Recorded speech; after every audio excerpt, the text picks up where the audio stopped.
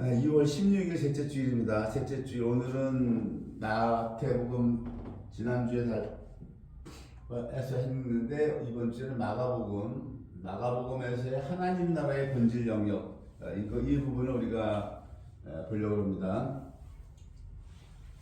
마가복음은 AD 65년에서 70년경에 기록돼서 사복음서 중에서 가장 먼저 기록된 복음서입니다. 가장 먼저 기록된 복음서가 마가복음이에요. 순서로는 두 번째로 되어 있지만 기록된 것은 가장 먼저 기록되었고, 또한 분량은 가장 적은 분량이죠. 16장에서 끝나는 사복음서에서 분량은 가장 적습니다. 마가복음의 특징은 뭐냐면은 예수님의 공생의 3년에 그 행하심의 모든 초점을 맞추고 있어요. 다른 복음서와 달리 주님이 행하신 거에 대해서 초점을 맞추고 있습니다. 마가복음을 기록한 마가를 잠깐 살펴보면은, 마가는 그 14장 50절에 제자들이 다 예수를 버리고 도망하니라 한 청년이 벗은 몸에 베옷 이불을 두르고 예수를 따라오다가 무리에게 잡히매 베옷 이불을 버리고 벗은 몸으로 도망하니라고 기록함으로써 자기 스스로를 밝히면서 자기의 죄인됨을 드러내고 있어요. 여기서 제자들이 다 예수를 버리고 도망했다고 했죠. 그러므로 이 마가는 예수님의 12제자 안에는 속하지 않고 골로새서 4장 10절에 보면 바나바의 조카라고 기록되어 있어요. 바나바의 생질. 이 마가는 1차 선교 여행 때에 바울과 바나바를 따라서 같이 갔다가 어떤 개인적인 문제가 발생해서 그 개인적인 문제가 무엇인지 성경에서 기록되어 있지 않아서 모르겠지만, 어쨌든 그 개인적인 문제로 말미암아 그 반빌리아 버가 지역에서 중도 하차를 합니다. 중도 하차해서 예루살렘으로 돌아오게 됐는데, 2차 선교 여행 때에 바나바는 그 바울에게 이 마가를 같이 데리고 가자라고 얘기했고, 바울은 안 된다고 그랬어요. 그래서 그 성경을 보면은, 사도행전을 보면 바울과 바나바가 심히 다퉜다라고 되어 있는데, 이 문제로 인해서 바울과 바나바가 갈라서게 됩니다. 2차 선교 여행을 바울은 신라를 데리고 가고 바나바는 마가를 데리고 그브로로 가서 사역지도 따로 갈라서 서게 되는데, 이 관점이 바울 사도는 사역에 중점을 뒀어요. 이런 사람은 사역하는데 방해가 된다, 도움이 안 된다, 이래서 거절한 거고, 바나바는 그 이름이 뭐예요? 이름이 권위자, 사람을 세우는 자예요. 그래서 이 바나바는 사람을 세우는데 관점을 둔 거예요. 물론 마가가 실수를 했고 선교를 갔다가 개인적인 문제로 돌아온다는 실수를 했지만은, 바나바는 이 사람을 세우는데 관점을 뒀기 때문에 마가를 끝까지 데리고 간 거예요. 그 결과가 어떻게 되었느냐, 나중에 골로새서 4장 10절 보면 바울 사도가 마가를 긍정적으로 인정을 합니다. 나와 함께 감옥에 갇힌 아리스다고와 바나바의 생질 조카죠 마가와 이 마가에 대하여 너희가 명을 받았음에 그가 이르거든 영접하라. 마가를 처음에 인정하지 않았지만 나중에 바울 사도가 마가를 인정하는 것을 우리가 알 수가 있어요. 디모데후서 4장 11절에는 감옥의 옥중에 계신 바울 사도께서 이 마가가 그립고 보고 싶어서 디모데에게 마가를 데리고 올 것을 부탁합니다. 그러면 마가를 데리고 오라. 그리고 나에게 그가 유익한 자라고 했습니다. 베드로전서 5장 13절에 보면 베드로 사도는 마가를 내 아들 마가라고 합니다. 이렇게 기록되어 있어요. 예수님께서 바나바를 통해서 마가를 믿음의 사람으로 만드시고 굳건하게 만드신 걸 알 수 있어요. 언제부터요? 2차 선교 여행 때 바나바가 마가를 데리고 따라갔죠. 거기서부터 이 바나바를 통해서 예수님께서 마가를 믿음의 사람으로 굳게 세운 것을 우리가 알 수 있습니다. 그렇기 때문에 마가가 이렇게 인정을 받게 된 거예요. 한두 번의 실수를 했다고 바울 사도처럼 이렇게 여기서 이런 두 가지 면을 보여주는데, 사역의 관점에서 버렸으면 마가는 다시 일어설 수 없는 거예요. 일어설 수 없죠. 그래서 이 바나바 같은 사역자가 있어야 돼요. 실수한 사람들을 다시 붙들어주고 이렇게 세워줄 수 있는 사람, 이런 사역자가 중요한 겁니다.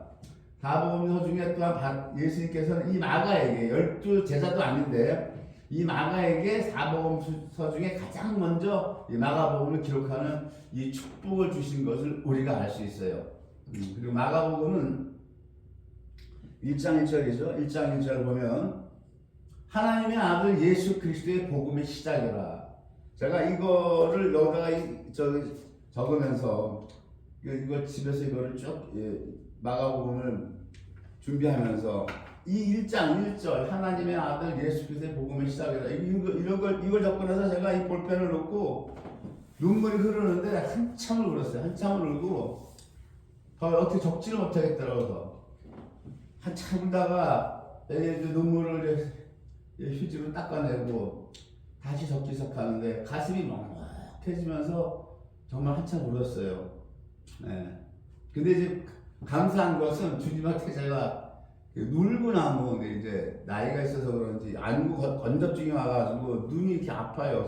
씩 땡기고. 그래서 제가 주님한테 어떤 기도를 했냐면은 내가 성경을 보다가 아버지 울음이 날 때, 눈물이 날 때 안구 건조증이 있으니까 이거를 좀 나가달라고, 없게 해달라고 그랬는데 참 감사하고 은혜스러운 거는 주님이 그 기도를 들으시고 그 다음부터 성경을 읽다가 제가 이제 눈물이 나서 울 때가 있어요. 더러더러 울 때 울면은 주님께서 그 안구 건조증을 없애주신 거예요. 너무나 감사한 거예요. 그 기도가 그전에는 그 뭐 눈에다가 그 안구 건조증 그 뭐 약도 넣고 그랬는데 그 기도를 잠깐 드렸는데 주님이 그 기도를 연락해 주셨더라고요. 너무나 감사하고. 마가는 마가복음의 첫 서두에서 하나님의 아들 예수 그리스도의 복음의 시작이다라고 1장 1절에 이렇게 딱 포문을 열어요. 그죠? 마가복음이 사실 여러분들 많은 사역자들, 목사님들이 마가복음을 별로 인용을 잘 안 합니다. 마태복음, 누가복음, 요한복음 많이 인용을 하지만 사복음서 중에서 가장 먼저 쓰여진 이 마가복음은 어떻게 인용할 때 몇 장 몇 장 이렇게만 인용을 하지 마가복음 자체를 가지고 설교하는 목사님은 많지 않아요. 마가복음은 그만큼 인기가 없는 겁니다. 이제 그 왜 인기가 없는지를 우리가 이제 살펴봐야 됩니다. 그러면서 우리가 이 부분에서 이제 회개하고 뉘우쳐야 되는 겁니다. 마가복음에서 그래서 하나님 나라의 본질 영역이 어디 있는가 우리 이거를 깨뜨려 볼 줄 알아야 돼. 이걸 못 보면은 마가복음을 멀리하게 됩니다. 멀리하게 되고 안 읽게 돼요. 복음, 예수 그리스도의 복음의 시작이다. 하나님의 아들. 마가는 딱 첫 포문이 예수님이 하나님의 아들인데 그 예수 그리스도의 복음의 시작이라고 하는 거예요. 이 복음이라는 건 복된 말씀이에요. 복된 말씀인데 이 마가복음은 우리가 송아지 복음이라고 그래요. 그 에스겔서에서 하나님께서 그 예수님의 그 사복음서 네 가지 측면을 보여주죠.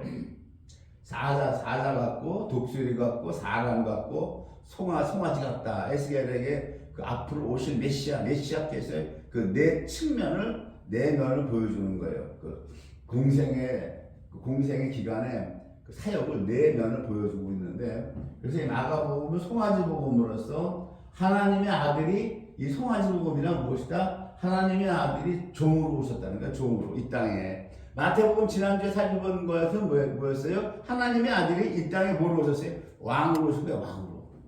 그러니까 마가복음은 전혀 달라요. 종으로 오셨다. 종으로 오셨는데 어떻게 하셨냐? 종으로 오셔서 그 종으로 오셔서 예수님께서 공생의 기간에 죄인들을 섬기셨다. 종으로 오셔서 죄인들을 섬기셨다. 이것이 마가복음에서 얘기하는 하나님 나라의 본질 영역이에요. 이것이. 그래서 제가 여기 1장 1절을 딱 쓰고 한참 울은 게 바로 그것이었어요.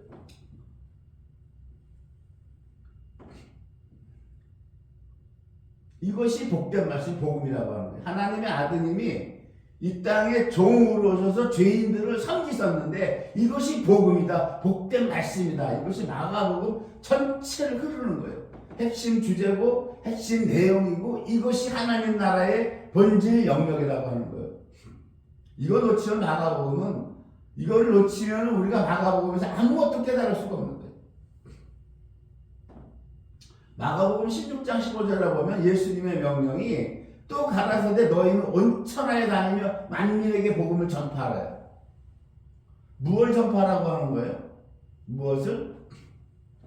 하나님의 아들이 종으로 오셔서 죄인을 섬긴 것을, 그것을 온 천하에 다니면서 복음을 전하라고 하는 거예요. 마가복음은.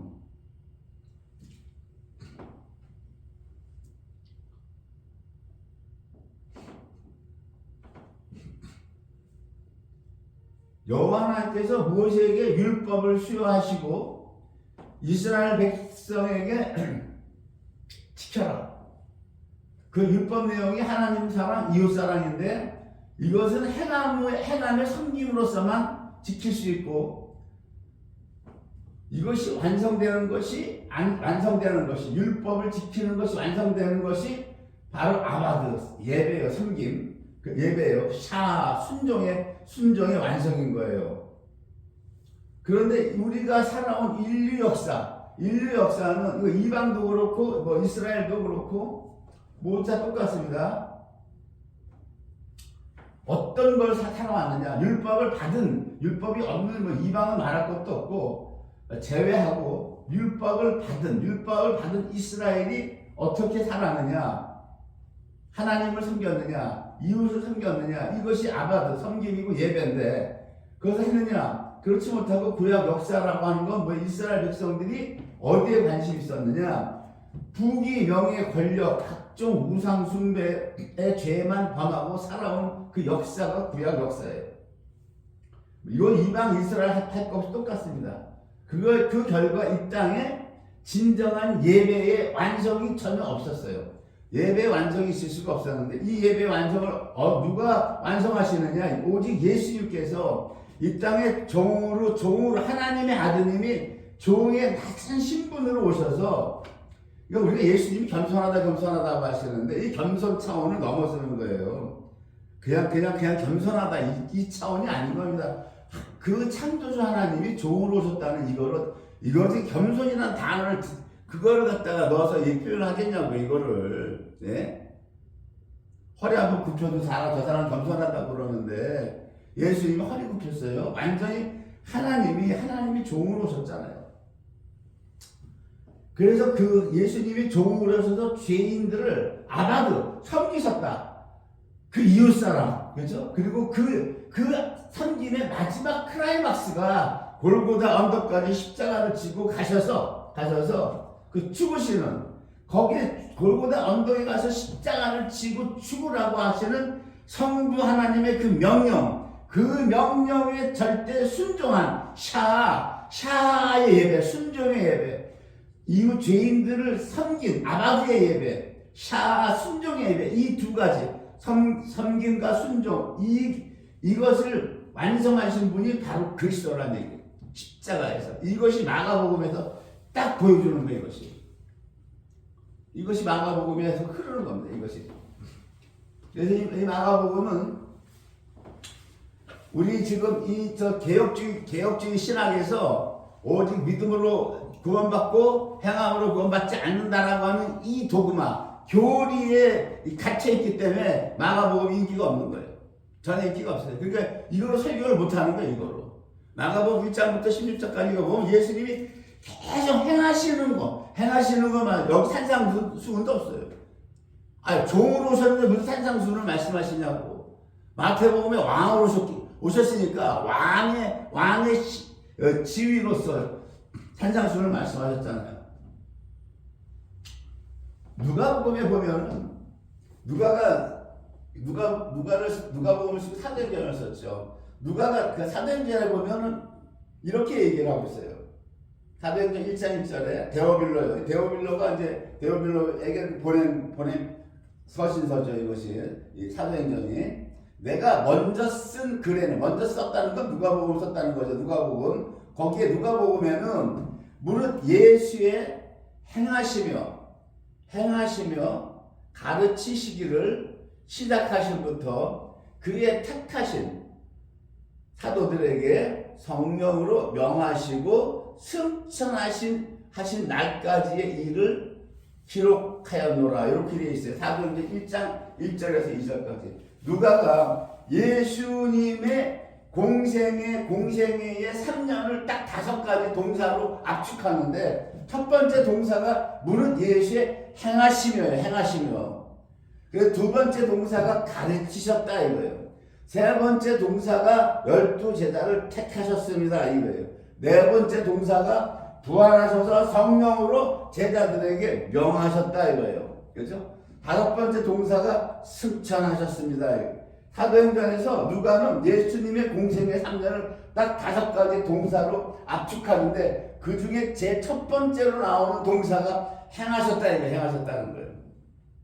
우리는 잘못된 교리, 그 칼빈주의의 이러한 도구마가 500년 동안 이 종교개혁을 통해서 오직 믿음으로만 구원받는다라고 하는 이 잘못된 교리 때문에 예수님의 공생애를 제대로 못 보는 거란 말이에요. 12제자, 누가도 제일 먼저 여기서 뭘 가르쳐요? 예수님의 가르치신, 산상수훈이나 제자도나 천국비유나 뭐 이런 종말론이나 이런 모든 가르치심은 어디서 나와요? 두 번째로 밀려요. 첫 번째가 뭐다? 행하심. 이거를 못 보면은 우리 기존의 도구마, 교리에 갇히면은요, 이 마가복음은 절대 깨달을 수가 없는 겁니다. 그래서 마태복음과는 완전히 다르죠. 마태복음은 어떻게 되어 있어요? 마태복음은 예수님은 왕이라고 하는 거예요. 예수님은 왕이다. 그래서 왕이라서 이 왕이 뭘 오셨다? 다윗의 자손으로 오셨다. 마태복음 1장 1절 아브라함과 다윗의 자손 예수 그리스도의 세계라. 1장 1절에 이렇게 소개하죠. 마태복음 마지막에는 어떻게 돼요? 이 아브라함과 다윗의 자손 예수 그리스도에게 하나님이 뭐라고 그랬다는 거예요? 뭘 어떻게 하셨다고 하는 거예요? 제자들에게 뭐라고 말씀하세요? 하늘과 땅의 모든 권세를 내게 주셨다. 마태복음은 이렇게 끝나요. 1장에서는 아브라함과 다윗의 자손 예수 그리스도, 마지막에 예수님이 부활하셔서 뭐라고 그래요? 제자들에게 하늘과 땅의 모든 권세를 나에게 주셨다. 왜? 왕이시니까. 예수님은 왕이시니까. 근데 여기서는 제자들에게 너희는 땅끝까지 다니면서 나를 전파하라고. 마가복음 16장에 다르죠. 무엇을 전파하냐? 이 내용을 전파하라고 하는 거예요. 하나님의 아드님이 종으로 오셨다.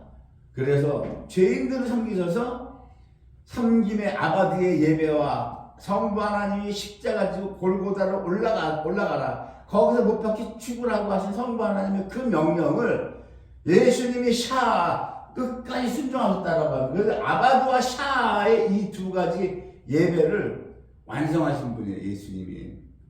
신앙은 우리가 뭐라고 해요? 신앙은 예배가 워십이다, 축제다 이거예요. 그러면서 뭐라고 그래요? 그 예수님께서 주신 은혜나 우리가 받으면 된다라고 하는 거예요. 우리가 이거를 따라갈 생각을 안 한단 말이죠. 이게 지금 개혁주의 리폼드 처치의 결정적인 이것이 뭐랄까요? 아킬레스건이 이것이. 이 땅에 남겨질 수밖에 없는, 예수님이 오시면 들림마다 올라가지 못하고 남겨질 수밖에 없는 도구마, 그 교리라고요. 교리의 핵심이. 자,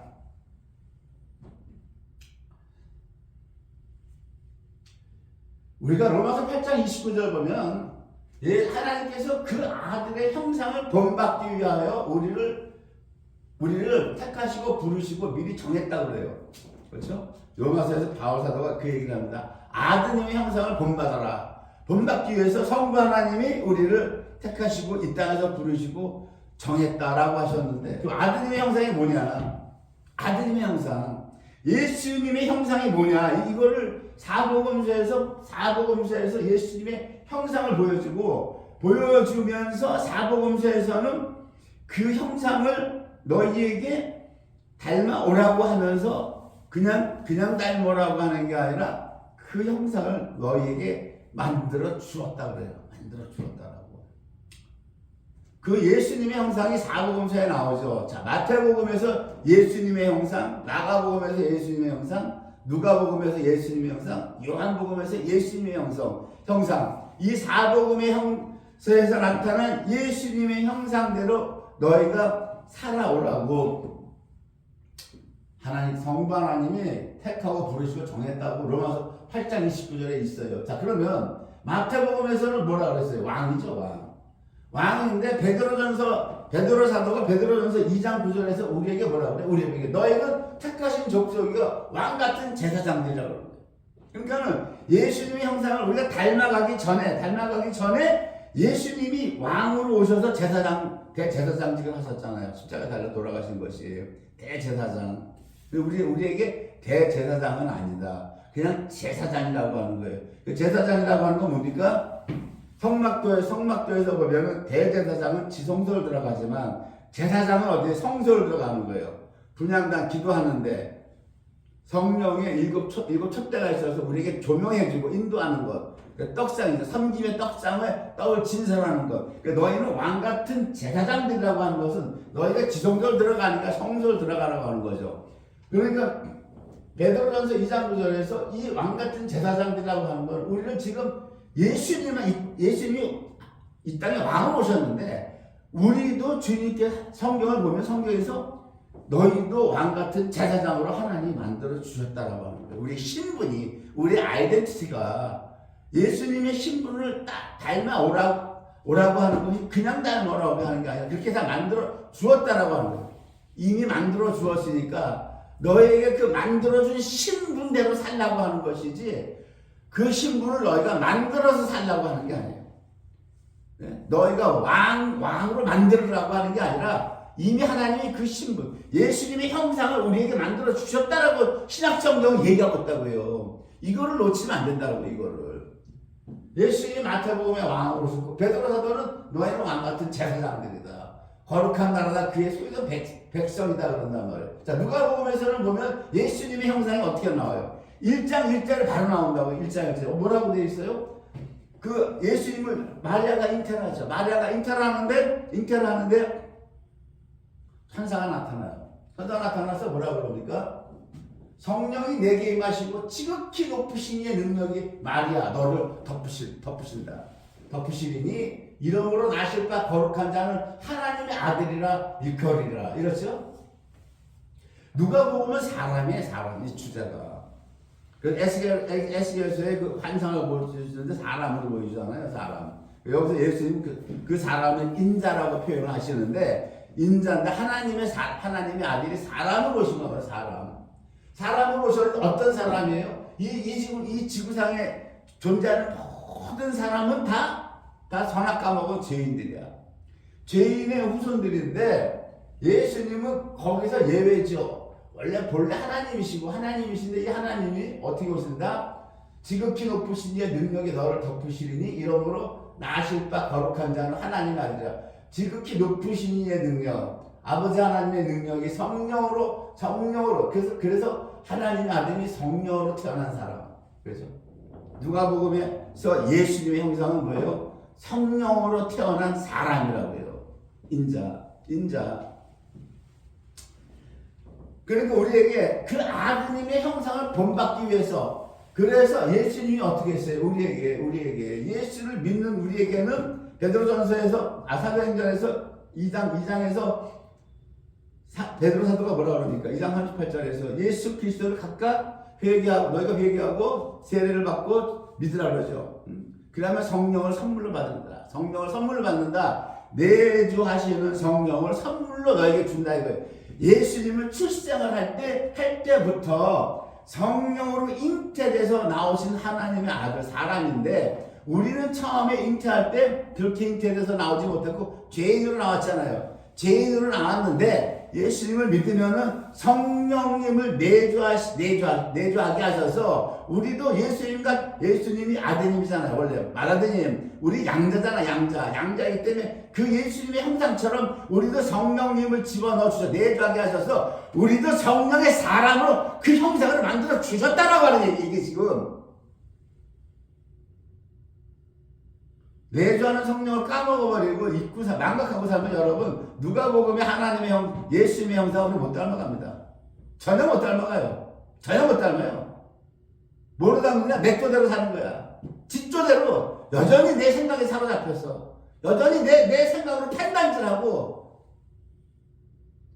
하나님은 사복음서를 보면 이미 그 형상대로 너희가 살아와라 하는 게 삭가닥질해서 살아오라고 하는 게 아니라고. 그 형상 다 만들어줬다라고 하는 거야 지금.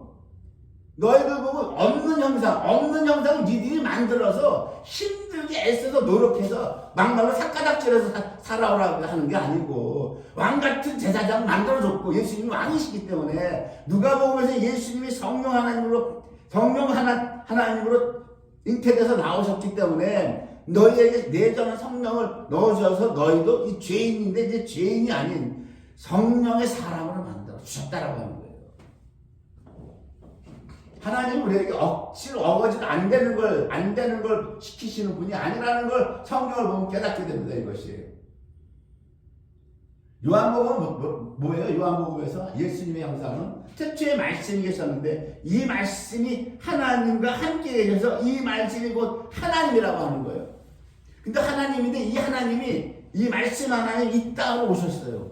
이 땅으로 오셨는데 아까 마태에서 왕으로 오셨다. 누가복음에서 성령으로 잉태된 사람으로 오셨다. 요한복음에서 뭐라고 예수님의 형상은 뭐라고 합니까? 요한복음에서는 이 말씀 하나님이 오셔서 각 사람에게 빛으로 오셨다. 빛으로 오셨다. 그래서 예수님이 산상순에서 너희는 세상의 빛이다. 왜? 너희 속에 성령님이 계시니까. 그 성령으로 사람에게 빛으로 비춰라. 이 예수님의 사복음서에서 형상이 왕, 성령으로 잉태되신 사람, 빛, 사람들 빛으로 빛. 그 다음에 마가복음은 뭐예요? 종으로 오셔서 섬기신, 예배를 완성하신, 아버지의 예배를 완성하신 그 마가복음의 이 형상이라고.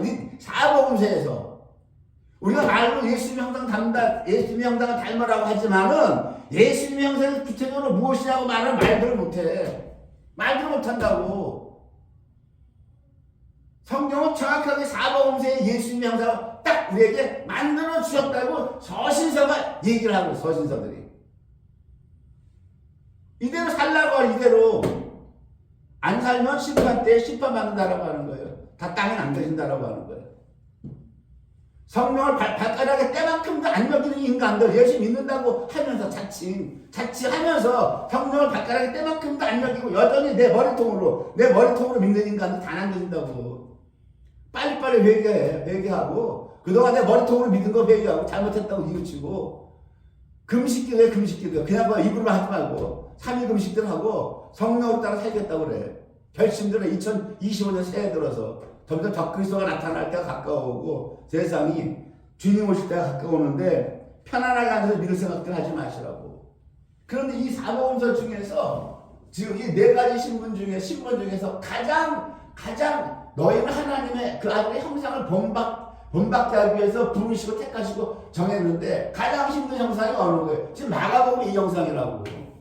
교리적으로 교리적으로 행하면 인간으로 산다고 몰아버려요. 믿음으로 구원받지 행함으로 비워. 저 율법주의자 이러거든. 이 교리가 우리가 이 땅에 다 남겨지게 만드는 거예요. 이 기존의 교리들이. 여러분들이 주님 오실 때 들림마다 올라가려면은 기존의 교리부터 깨부셔야 돼. 깨부시지 않으면은 안 되는 겁니다. 이게. 성경에서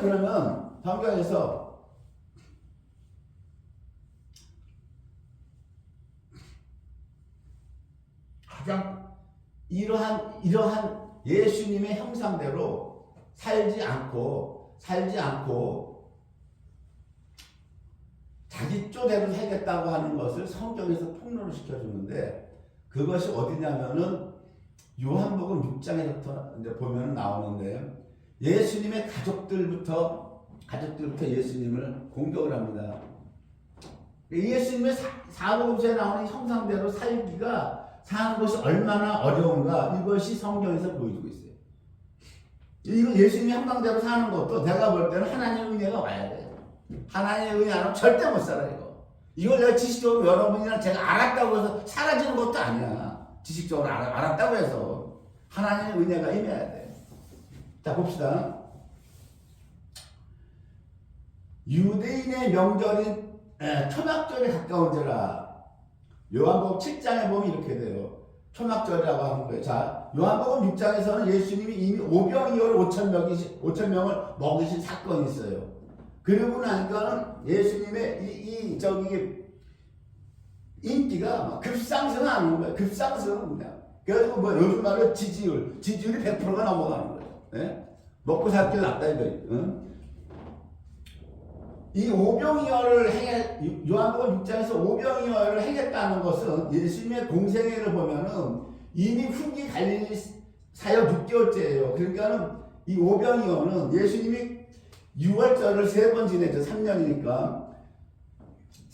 세 번째 6월절에 행하신 게 오병이어란 말이에요. 세 번째 6월절에. 두 번째 6월절에 행하신 것이 38년 그 베데스다 연못에 앉아있는 여자, 못 움직이는 여자를 고쳐주신 거고, 제 1년째, 첫 번째 6월절에는 유대에 내려가셔서 성전을 다 깨끗하게 하셨죠.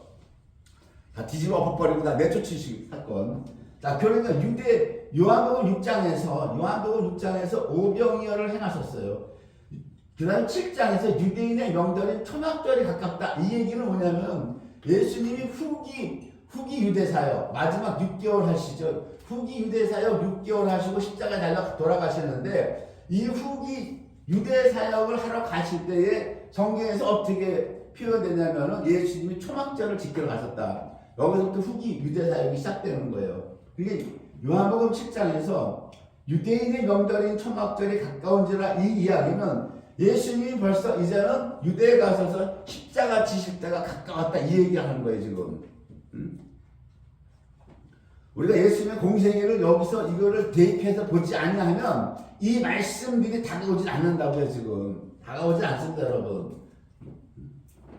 그래서 여기서 예수님의 형제들이 있죠. 예수님의 형제들이 마태복음 13장 55절에 보면 그 누나들은 여자들이라 이름이 기록되어 있지 않아요. 누이들이라고만 되어 있는데, 그러니까 요셉과 마리아 이 부부가 성령으로 잉태해서 맏아드님 예수님을 낳죠. 예수님을 낳았어요. 이건 성령으로 낳으신 예수님이고, 그 후에는 마리아와 요셉이 부부간에 난 자식들이 누구냐? 야고보, 요셉, 시몬, 유다라고 남자들은 4형제를 4명을 기록했는데 다 예수님의 동생들이에요. 있어요. 예수님 첫 번째 장남이니까. 그리고 그 밑에 딸들이 있는데 성경에는 누이들이라고만 돼 있고 이름은 거론되어 있지 않단 말이에요. 마태복음 13장에. 자, 그런데 여기서 보면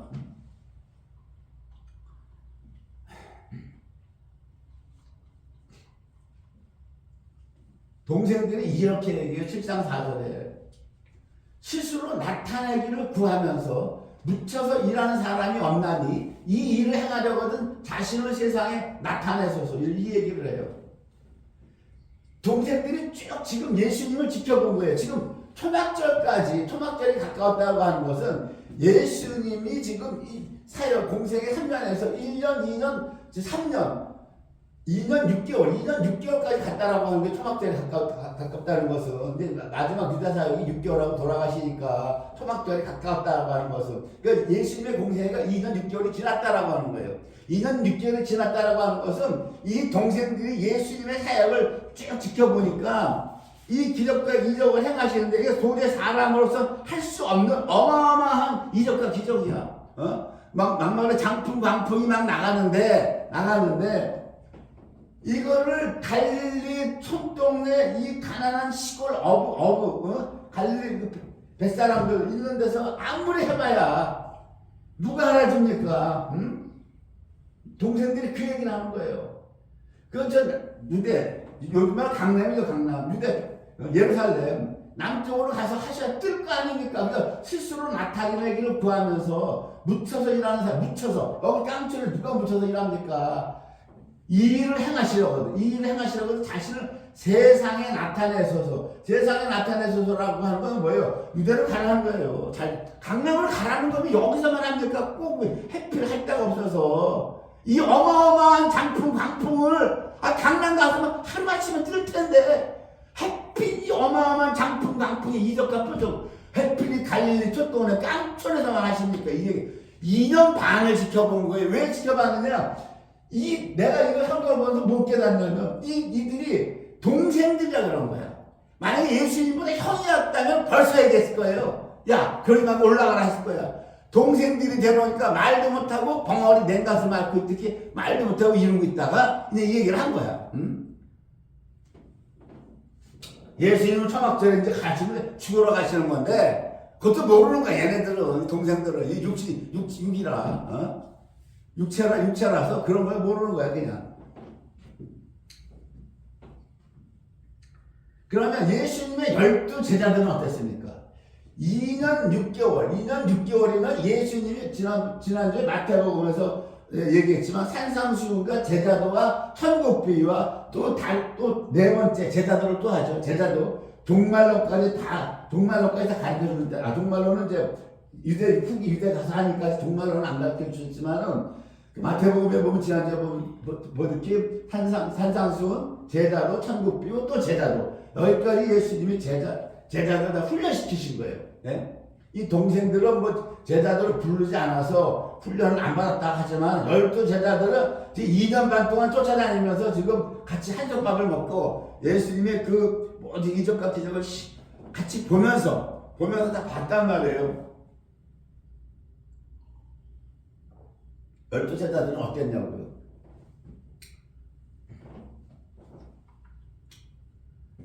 예수님이 이제 후기 사역을 하러 얘가 예루살렘으로 가야 되겠다고 말씀을 하세요. 이제 직접적으로 마태복음 20장을 보면 내가 가겠다. 그리고 예루살렘을 가겠다고 그러는 거예요. 마태복음 20장 20절에 그때라고 마태는 기록 이걸 안 놓치는 거예요.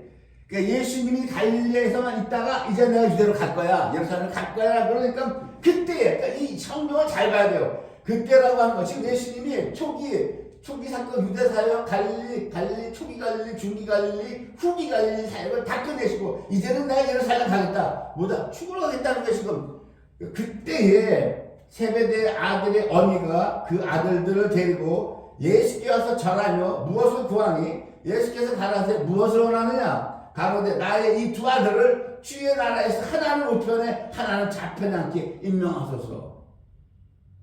그 세베대 아들 누구예요? 야고보와 요한의 아들이죠. 이제 이 엄마는 뭐예요? 엄마도 두 아들이 예수님을 쫓아다녔는데 엄마도 맨날 쫓아다니지는 않았지만 아들한테 기독교가 들을 거 아니에요. 장풍광풍의 기적과 이적을 행한 대단하신 분이야. 여태까지 구약에 선지자 누굽니까? 구약에서 능력 선지자 누구예요? 엘리야가 기적 행한 건 저리 가라야 그냥. 엘리사는 저리 가라라고. 왜? 예수님이 행하신 거는 그러니까 이거 처음으로 이런 기적같이 표적을 처음 보니까 그러니까 세베대 엄마도 기대를 잔뜩 한 거예요. 잔뜩 하고 있다가 예수님이 거기 가시면은 무슨 생각을 했겠냔 말이에요. 이제는 예수님이 로마의 그 가이사에게서 요 로마를 뒤집어 엎어버리고 그러니까 이스라엘 백성들이 이 당시 얼마나 탄압을 받고 살았냐. 로마 가이사에게 세금을 뺏기죠. 그리고 헤로당에게 세금을 또 뜯기고 그 다음에 누굽니까? 서기관, 종교 기득권자, 종교 부르주아 계급들 그들이 누구예요? 서기관, 율법사, 사두개인들 이런 사람들이란 말이에요. 이런 사람들한테 또 뜯겨요. 그래서 문헌을 보면은 이 사람들이 삼중고로 헤로데에게 뺏겨 로마 황제에게 세금 내 종교 지도자들에게 뜯겨 이래가지고 그 당시 이 예루살렘에 있는 사람들의 생활고가 이로 말할 수 없었다라고 하는 거예요. 이로 말할 수 없었다는 거예요. 그러니까 예수님이 이제 유대를 가면은 이 종교 지도자들 다 뒤집어 엎을 것이고 헤로당과 로마에서 이거 다 엎어버릴 거다. 그리고 예수님의 나라를 만들 거다. 이게 구약 예언서에 있거든요. 주의 나라, 메시아의 나라가 있단 말이에요. 그러니까는 이 세베대의 엄마가 이 얘기를 하는 거예요. 나의 두 아들을 앉혀달라. 영이죠, 우이죠. 왜? 갈릴리에 계실 때는 말씀을 못 드리는 거야. 촌동네 깡동네니까. 그래 그때라고 하는 거 몇 배를 안 놓친 거라고. 내가 이제 예루살렘 가겠다 하니까 내가 이 유대를 올라갈 거다고 하니까 그냥 이 세베대 엄마가 그냥 쾌재를 부린 거야. 언제쯤 가시나 가신 거리고 내가 이때까지 지켜만 봤는데 드디어 가신다고 하시네. 때 만났어. 잘 됐다. 주님 가시는구나, 이거예요. 이걸 잘 보세요. 이거 예수님의 공생의 기간 사역과 이거를 모르면은 이런 것들이 와닿지가 않는다고. 6장에 오병이어를 행하시고 7장에 초막절에 가까운지라 그때 이게 지금 요한은 이렇게 얘기하고 있는데 읽는 독자가 이런 걸 전혀 캐치를 못한단 말이에요, 여러분. 여러분 이걸 모르면 초막절에 예수님이 유대 마지막 사역을 하러 6개월 하러 돌아가서 가신단 말이에요. 그때를 얘기하는 거예요. 그 앞장에서는 6월절을 6월절을 행하셨다 하면 벌써 2년 6개월 지났다는 거란 말이에요. 이것이 이런 걸 공생애를 비교하면서 이해가 쉽죠. 자, 그러니까 12제자는 어땠냐? 열제자가 듣고 그 두 형제에 대하여 분이 여기거늘.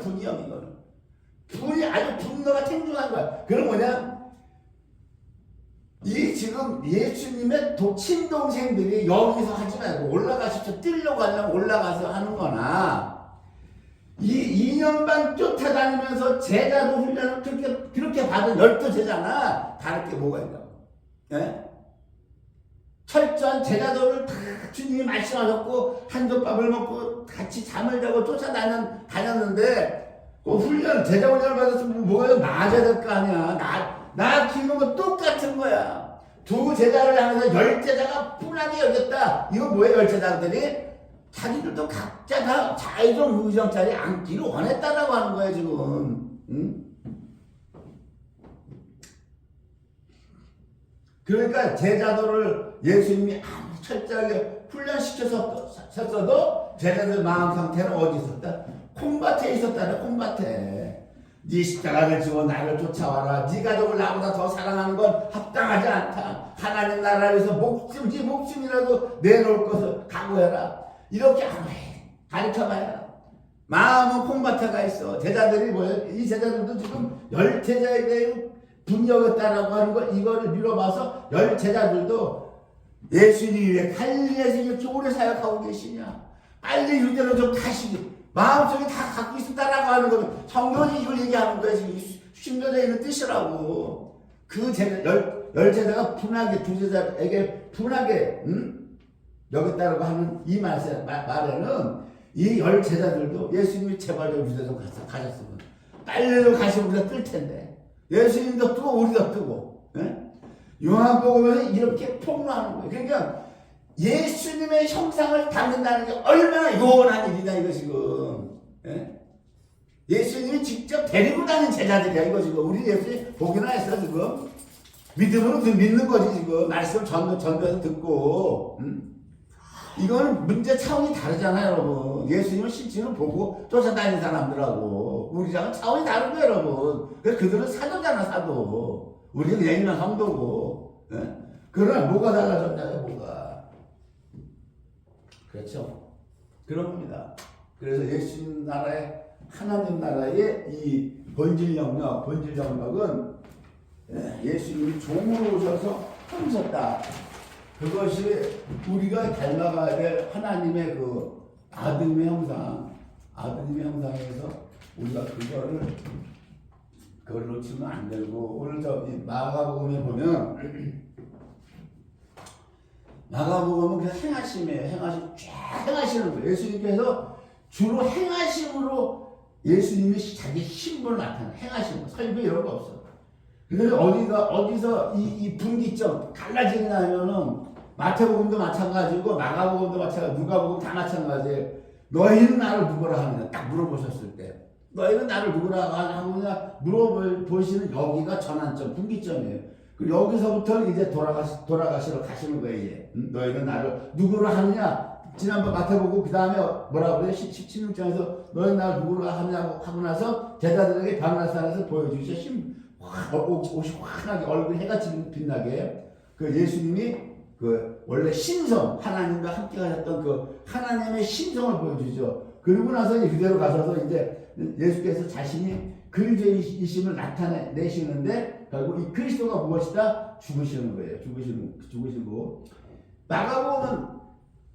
마태복음하고 다르게 마태복음은 왕 다윗의 자손이 하늘과 땅의 모든 권세를 받았다. 이것이나 마가복음은 1장에 보면 요한이 혼자 전파해요. 세례 요한이 광야에서 죄사함을 받게 하는 회개의 세례를 전파하니 1장 4절에 한 사람 요한이 전파해요. 하나님의 아들이 종으로 서서 사람을 섬기시는 그 섬김의 아바주의 예배를 완성하시는 것, 복종하시는 그 십자가 지시고 복종하시는 샤 예배를 완성하시는 이것을 한 사람 요한이 전파하는데 마지막 16장에는 뭐예요? 제자들이 다 나가 두루 전파하더라. 두루 전파하더라. 이것이 마가복음의 첫 장과 끝장에서 마가복음이 우리에게 전달하는 내용입니다. 우리도 나가서 예수 이렇게 전해야 될 뿐만 아니라 우리도 이렇게 우리도 종으로 사람을 섬겨야 된다. 이것이 예수 그리스도의 형상을 담는 거다. 이것이 예수님의 형상을 담는 거다. 이것이 사복음서의 그래서 바울 사도가 서신서마다 뭐라고 그래요? 예수 그리스도의 종, 그리스도 예수의 종, 계속 이거 나오잖아요. 계속 서신서 1장 1절 서신서마다 첫머리가 나 그리스도 예수의 종된 바울은 계속 종 이게 왜 나오느냐? 마가복음을 여러분들이 알아야 서신서에 이게 예수 그리스도의 종이라는 걸 아는 거예요. 여러분이나 제가 왕이죠. 빛이죠. 또한 성령님을 넣어줘서 성령의 사람이 만들어지고, 그죠? 그 다음에 종의 신분, 이 네 가지 예수 그리스도의 형상을 닮아오라고 하는 하나님의 이 뜻, 부르시고 택하시고 정했다. 이것을 우리가 이 마가복음의 마지막에 예수님의 형상을 우리가 알 수 있고, 잠깐 5분 정도 예수님이 그러면 이게 다 할 수는 없고, 제가 이 부분을 다 감히 못하겠어요. 우리는 이렇게 살지 않았기 때문에. 살지 못하고 우리가 이걸 논한다는 것도 내 자신이 모순되고 그래서 다시 마가복음 이걸 할 때 제가 많이 이렇게 두려웠어. 복음을 전한다고 내가 그걸 살아야 돼. 못 살고 전한다는 건 말이 안 되는 건. 이게 두렵고, 이거 할까 말까 사실 많이 망설였는데, 어차피 하다 보니까 예수님 1장, 3장까지만 종으로 오셔서 어떻게 섬기셨는가를 3장까지만 간단히 보고 나머지는 안 하겠습니다. 안 하고 여러분들이 직접 성경책을 읽으시면서 깨닫기를 바랍니다. 자, 1장, 마태복음 1장에서는 5가지의 병을 고쳐줘요. 5가지. 안식일에 가버나움의 회당에서 가르치시는데 더러운 귀신 들린 사람을 고쳐주세요. 네? 꾸짖어 가라사대 잠잠하고 그 사람에게서 나오라 하시니 더러운 귀신 그 사람의로 경련을 일으키게 하고 큰 소리를 지르며 나오는지라. 그래서 이 귀신이 나올 때는 사람이 막 경련을 합니다. 경련하고 막 자빠지고 거품을 울고 막 이런 현상들이 있다고요. 자, 예수의 소문이 온 갈릴리 사방에 퍼지더라. 이 귀신을 뽑아준다고 하는 건 뭡니까? 모든 병은 죄 때문에 죄로 오는데 죄로 병이 오면 이 뒤에 반드시 영적으로 뭐가 붙어요? 귀신이 달라붙어요. 그러니까 귀신을 쫓아낸다는 건 뭐예요? 그 죄는 이미 용서했다는 거예요. 주님이. 죄는 용서했고, 그리고 그 죄로 말미암아 묶인 귀신, 그것까지 쫓아내주시는 것. 이것을 마가복음은 정확하게 기록하고 있죠. 두 번째는 시몬 베드로의 장모의 열병을 고쳐줘요. 열병. 시몬 베드로의 장모의 열병을 왜 고쳐주세요? 주님이 뭐라고 그러셨어요? 하나님 나라와 그 일을 너희가 먼저 구하라.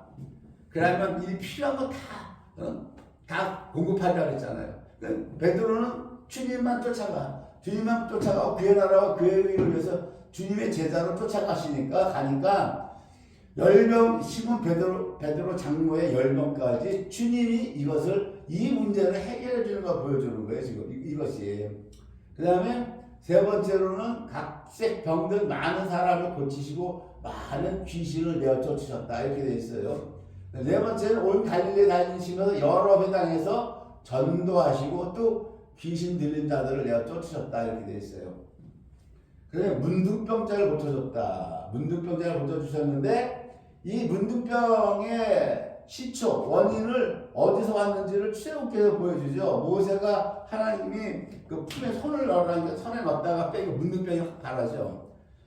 그리고 낯이 넣었다 빼니까 문득병이 없어지죠. 이 문득병은 어디에서 왔다라고 성경이 말없이 우리에게 가르쳐 주는 게 살인이에요, 살인. 모세가 사람을 살인했죠. 애국 사람을 죽였죠. 그래서 이 손에 문득병이다. 그래서 우리가 이거 보면 문득병의 기원, 그 병의 기원은 어디다? 살인죄에서 왔다. 살인죄. 이 살인죄라고 하는 건 예수님의 십계명에서 어디에 첫 번째죠. 하나님 사랑, 이웃 사랑 중에서 이웃 사랑에서 첫 번째가 살인하지 말라죠. 살인하지 말라. 뭐죠? 두 번째가 간음하지 말라죠.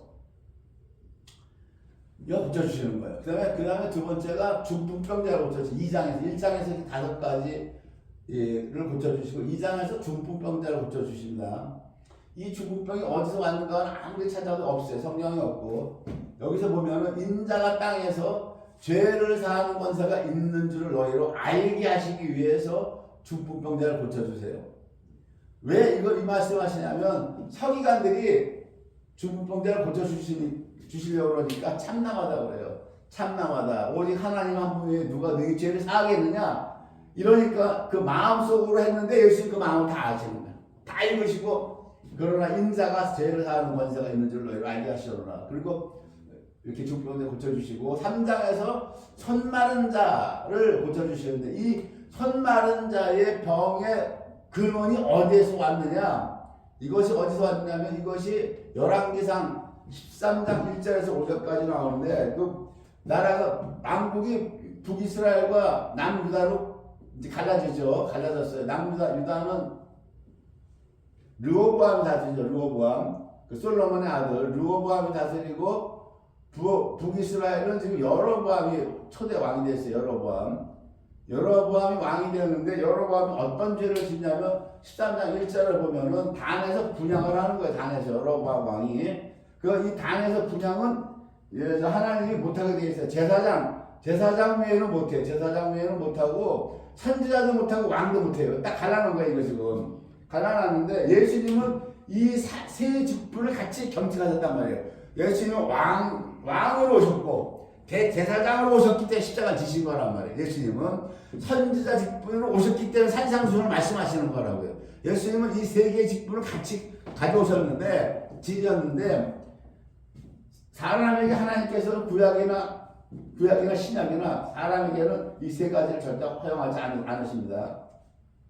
여로보암 왕이 제사장 외에는 할 수 없는 그 단에서 분양을 하는데 이때 하나님의 선지자가 찾아오죠. 찾아와서 하나님의 선지자가 말을 하죠. 여호와의 말씀으로 저주를 퍼붓죠. 다윗의 가문에서 요시야 왕이 태어날 것이다.